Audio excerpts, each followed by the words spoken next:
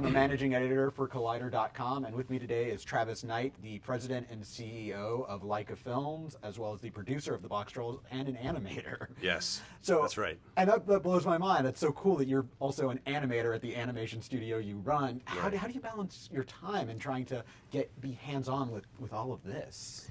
Yeah, it's my job is unusual. There's no getting around it. I mean, it straddles that line between the executive who has to look at the big picture and just see kind of where the company is going and always think of the big ideas, versus the animator who is focused on granularity, on the specifics, on just fine bits of minutia. And so I balance my day in a very unusual way. But I found actually that doing both things actually makes me better at the other. I think the danger of being an artist is that you get lost and caught up in the details at the cost of the big picture. And as an executive, who's running an animation studio is based on creating art, sometimes you can lose sight of what it's all for, which is making these incredible works of art. And so I find that having a foot in each world actually makes me better at each job. Now, this is your all's third film, and so Coraline was being pulled from source material by Neil Gaiman.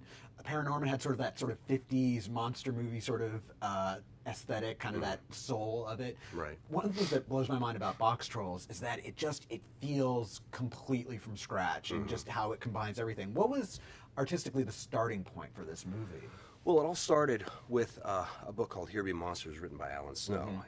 I read Alan's book nearly 10 years ago and was captivated from the first page. It was this incredible blend of Roald Dahl and Charles Dickens and Monty Python. It had interesting sociological things that it was exploring, and it did it with such an incredible biting sense of humor. It had this caustic wit that was just so wonderful. And I thought that if we could channel that into a film somehow, because it was a big 500-page book, if we could somehow find a film story within that, we'd have something that was really unique and really special. And so it's been a long and winding road to get to this point, because it took nearly 10 years to create this film. And a lot of things along the way changed its trajectory. Getting to the emotional core, it was really driven by our two directors, Tony and Graham, and my personal experiences, which, we're all fathers of young children, and that's sort of to infuse the narrative as you struggle with that balance of family and meaningful work. That became the emotional core, the personal core of the film. But then aesthetically, we found that we rooted the film in German Expressionism and just some of these incredible impressionistic painters from 100 years ago, and really gave this film aesthetically a very unique, distinctive look. And that was by design. It has these incredible colors that are colliding with each other, and it all feels kind of painterly and beautiful in a really weird way that's hard to get in 3 dimensions.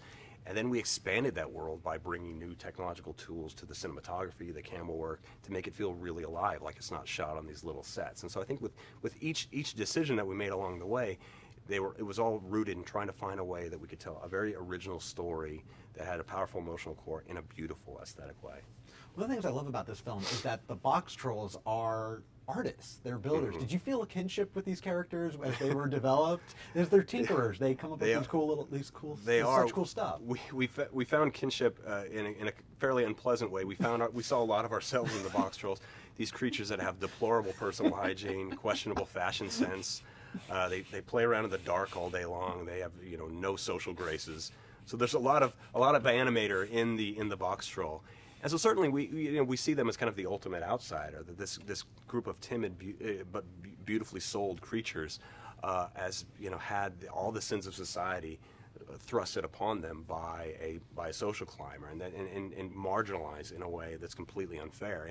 And by doing that, you can then start layering in metaphor on top of this stuff, and that even though it's at the core, it's this very personal story about a boy and his family, you can start putting in bigger ideas within the film.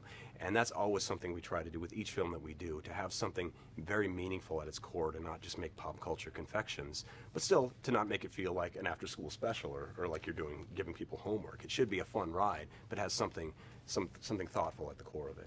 Absolutely, and I love that this film also includes propaganda. That's also sort of an element of the story. Who doesn't love that in your family film? Yes. No, it's I really enjoyed this film a lot, and I like all of Laika's films. And I was curious, what new challenges did this one present from a technological standpoint?